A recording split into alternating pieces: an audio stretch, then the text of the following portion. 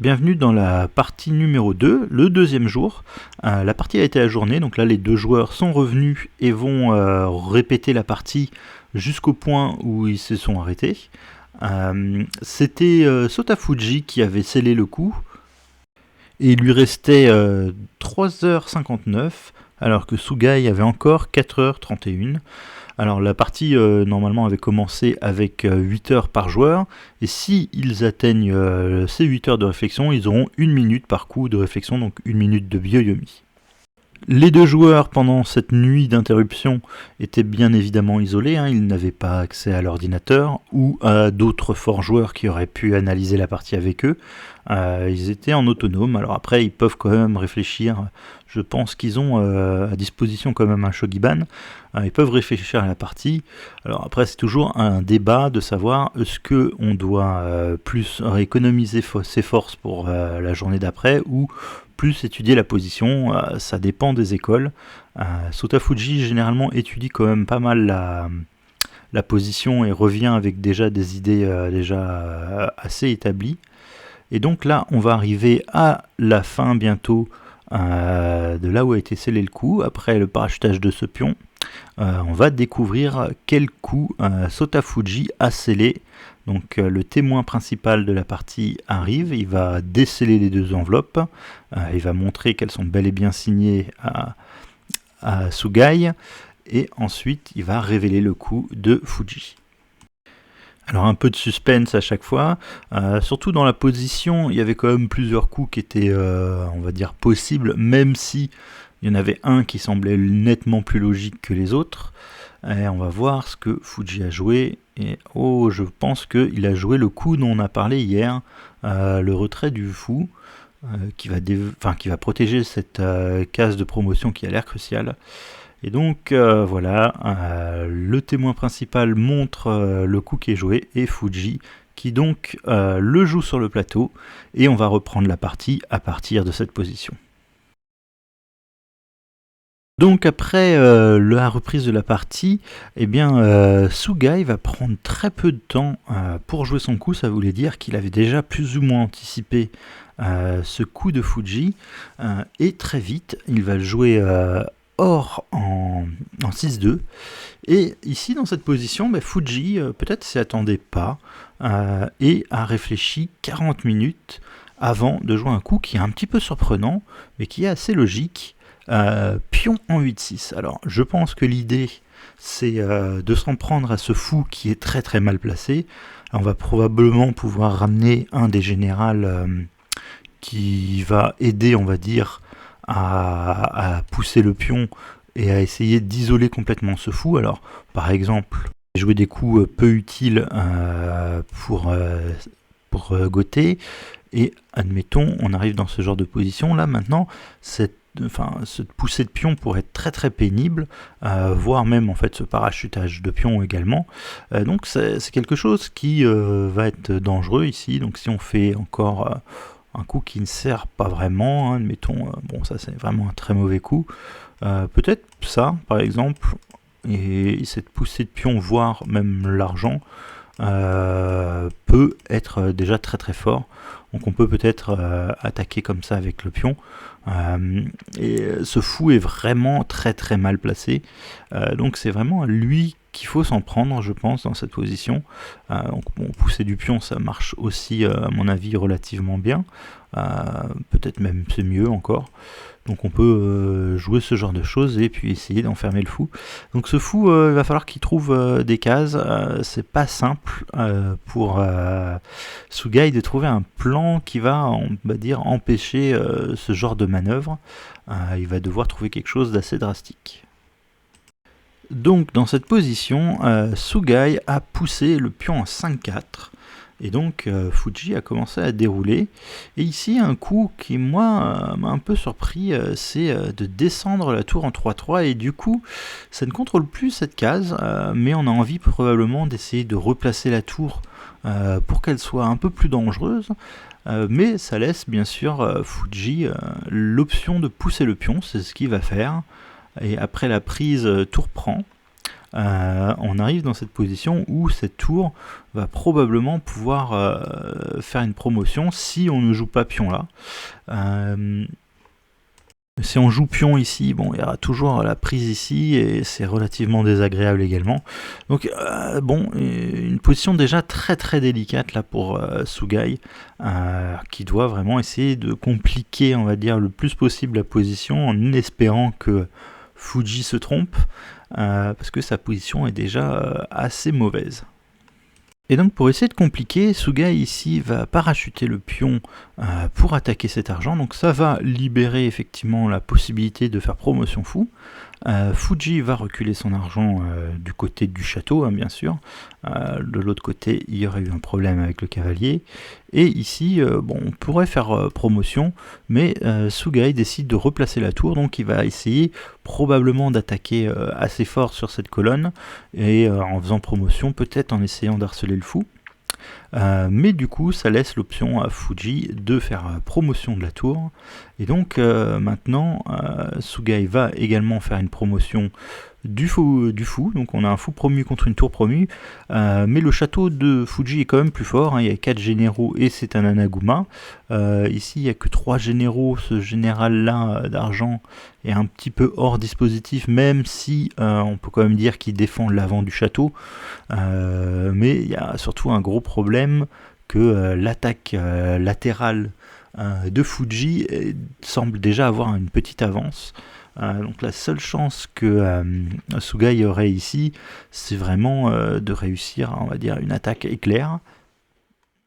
Et donc pour l'aider dans cette tâche, il a choisi comme encas du matin un jus de mandarine frais, donc de mandarines qui sont issues de la région, et il a encore ces 2 petits rois, un en chocolat et on dirait un en biscuit. Mais Fuji a encore l'avantage dans ce tanka du matin, car lui il a pris une crème brûlée et un thé glacé au citron. Bon, il a que le roi en biscuit, mais il a sa petite fraise qui fait un smiley, donc clair avantage pour Fuji en tout cas dans ce snack du matin. Donc on rentre maintenant dans une phase, on va dire, d'avant la finale, où les 2 joueurs, avant de lancer réellement leur attaque, vont devoir prendre du matériel pour vraiment alimenter l'attaque, et c'est pour ça que Fuji va prendre la lance sur le côté. Sugai va prendre ce pion, donc il fait une fourchette cavalier fou, donc Fuji va sauver son fou, et Sugai va prendre le cavalier, et maintenant l'attaque peut-être commencer, et Fuji commence avec un parachutage de pion en 7-5. Donc on n'a pas vraiment le choix, il faut prendre, puis il va mettre le pion en 7-6, on est obligé de reculer sur une des 2 cases, et maintenant Fuji va mettre son pion en 4-2. Alors pourquoi est-ce qu'il a sacrifié ce pion? Alors ça a surtout un aspect défensif plus qu'offensif. Si par exemple on n'avait pas joué cette séquence et on avait directement mis le pion en 4-2, ce parachutage de cavalier devenait d'un coup assez dangereux. On commençait à avoir plus beaucoup de pièces, on va dire, sur notre roi, et puis on a cette espèce d'alignement qui fait un peu peur.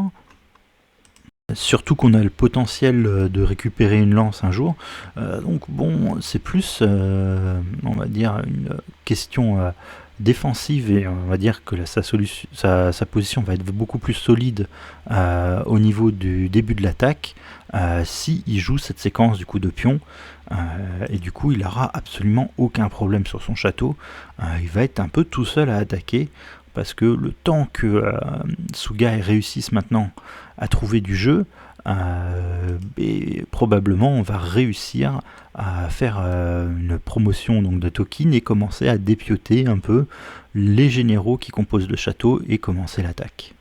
Et donc dans cette position où Sugai sent qu'il est quand même très en retard dans l'attaque, il décide de tenter encore de compliquer et va lancer un sacrifice de pion, donc avec le pion 6-6, plusieurs manières de reprendre, alors soit avec l'argent, soit avec le pion.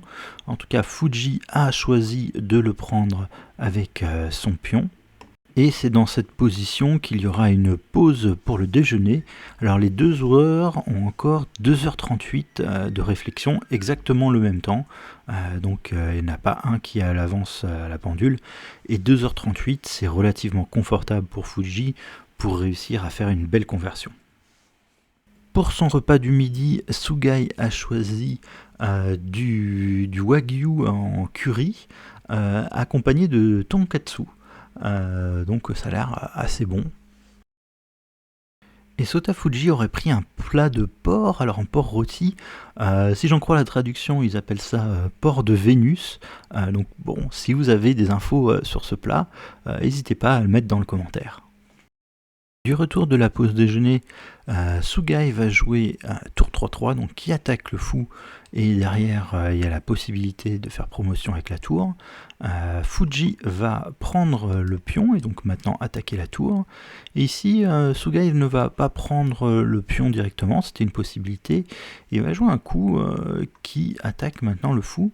Et ici, dans cette position, Fuji va jouer un très très fort coup. Il va sacrifier son fou contre un des généraux qui composent le château. Et maintenant, Sugai va reprendre. Donc s'il n'avait pas sacrifié et qu'à la place, par exemple, il avait fait promotion, on aurait pu avoir promotion également du cavalier, alors du pion probablement. On pourrait faire promotion de la tour. Et en fait, dans cette position, bon, il y a une vraie course, on va dire, au mat. Mais on n'est pas certain de l'avantage définitif, on va dire, de Fuji. Il semble avoir un peu d'avance dans l'attaque. Mais il y a 3 pièces dans le camp adverse chacune. Et ça va être un petit peu la résistance des châteaux. Alors quand même, le château de Fuji a l'air un peu plus résistant dans cette variante-là. Mais par rapport à la partie, son sacrifice de fou va être un peu plus rapide encore. Donc après la prise de ce fou, Fuji va faire une promotion du pion. Alors il est effectivement derrière en matériel pour l'instant. Sugai va décider de prendre ce pion et donc lui aussi va essayer de commencer à rentrer ses pièces à l'attaque. Ici Fuji va commencer à ramener le tokin. Alors ça peut paraître un petit peu lent, mais un tokin va souvent plus vite qu'on ne le croit. Ça fait partie des proverbes japonais du shogi. Et ces attaques de tokin sont assez embêtantes parce que s'il arrive à l'échanger contre un général du château, ça va faire un général de plus pour l'attaque et puis pas de généraux pour la défense. Donc ça peut être vraiment un plan très embêtant. Et ici, Sugai a donc décidé de défendre en parachutant son pion en 6-1.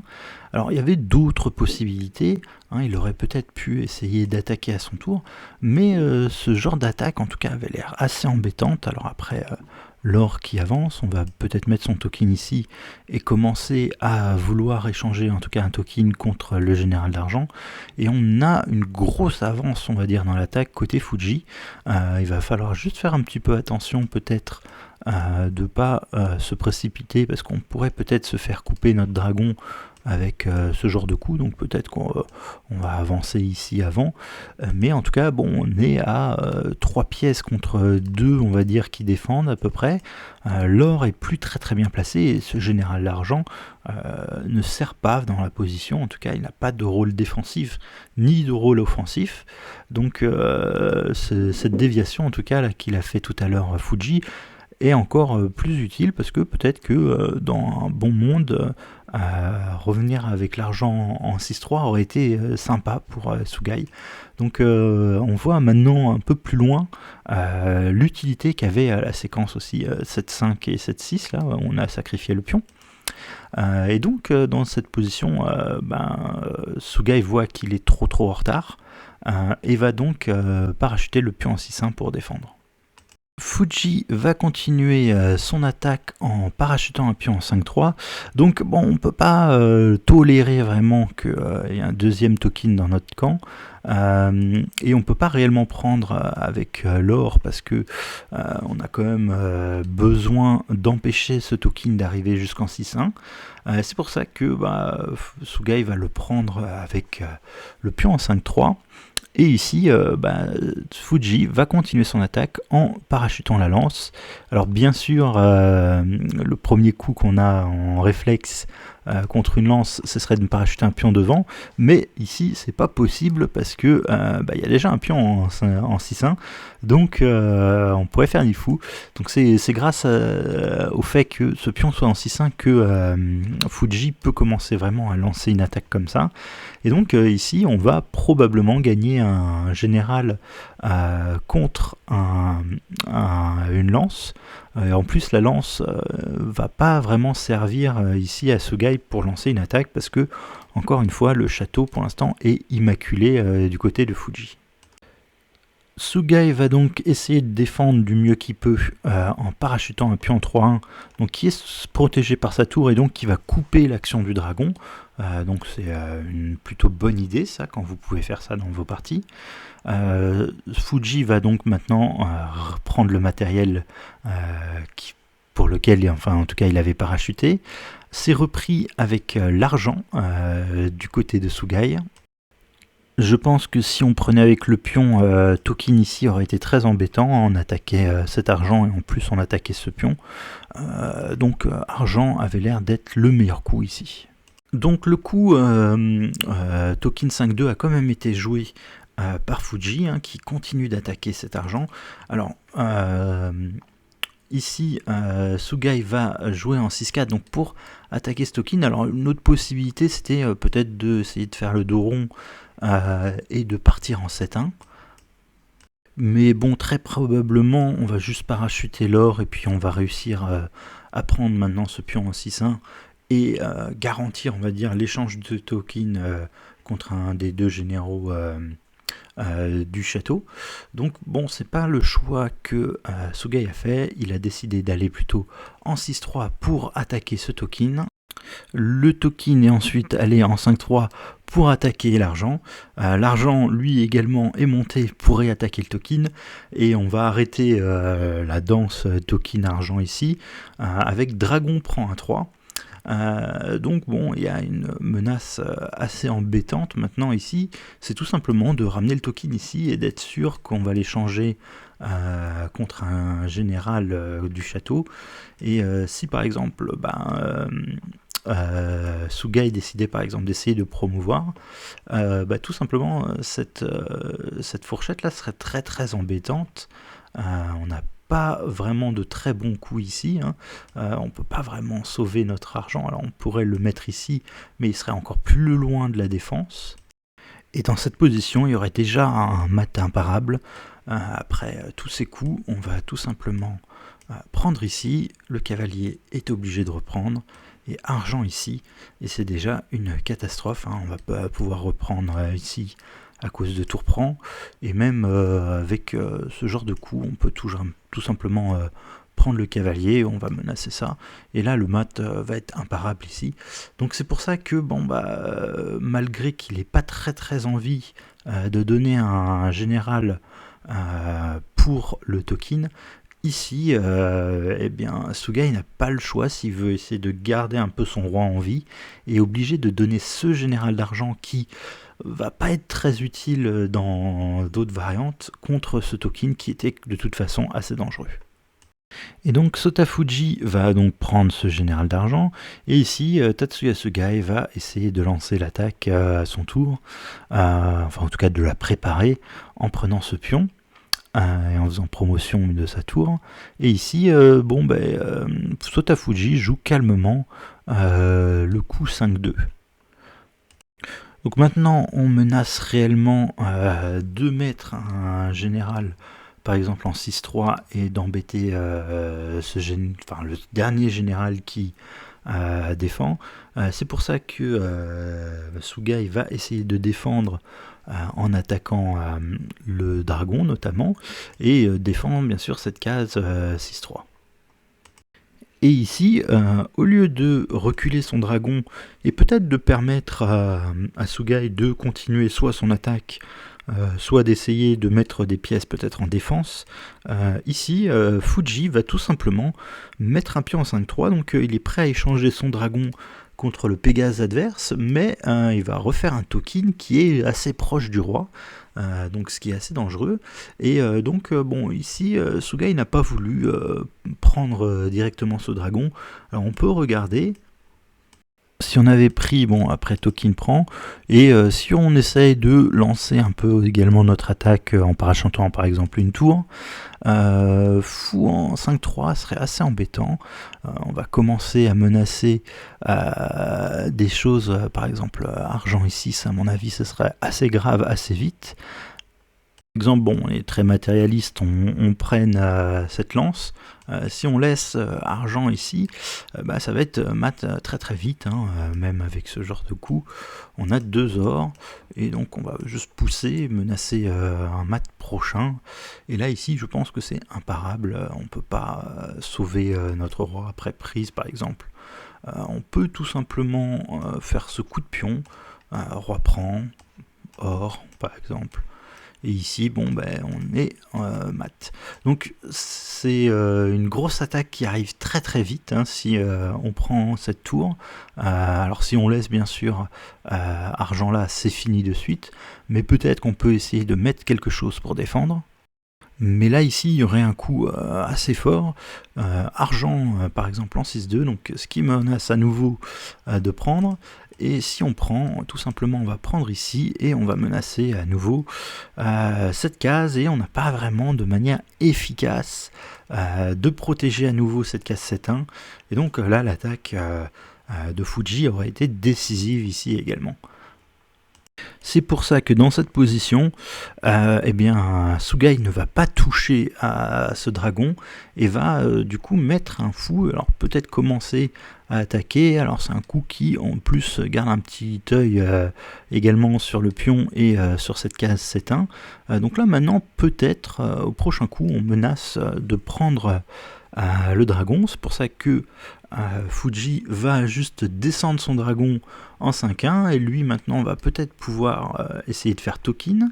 Alors Sugai va essayer de lancer quand même un peu son attaque avec cavalier en 6-7. Donc ce cavalier est tabou, c'est-à-dire qu'on ne peut pas vraiment le prendre. Sinon on aurait cette prise là par exemple, bon plus la tour qui aurait pu prendre. Et là effectivement le château commencerait à s'effriter sérieusement et c'est même plus sûr qu'on ait une grande avance dans l'attaque avec Fuji. Donc après ce coup de cavalier, bah, tout simplement on va revenir sur la case 8-8 et on va garder une défense vraiment très très compacte. Il va quand même essayer de récupérer un général contre ce cavalier promu. Ici, eh bien, tout simplement, Fuji ne va pas s'occuper de son camp. Il voit qu'il n'y a pas de menace de mat et il va parachuter un or en 6-2. Ça va être pris par Sugai et après ce parachutage d'argent qu'on a vu tout à l'heure et qui fait assez mal, qui force le roi à fuir. Donc on va aller en 9-3. Puis un autre proverbe connu qui est lorsque le roi est sur le bord, il faut pousser le pion du bord. Et ici, ça marche vraiment bien. Ici, on menace tout simplement de prendre à nouveau. Donc, Sugai va prendre le pion et on va mettre un or en 8-5. Et dans cette position, eh bien, Tatsuya Sugai va abandonner. Donc vous pouvez voir qu'il restait encore pas mal de temps aux deux joueurs pour jouer la partie. Il restait encore 2h16 pour Sugai et 1h23 pour Fuji. Donc la partie s'est arrêtée relativement vite.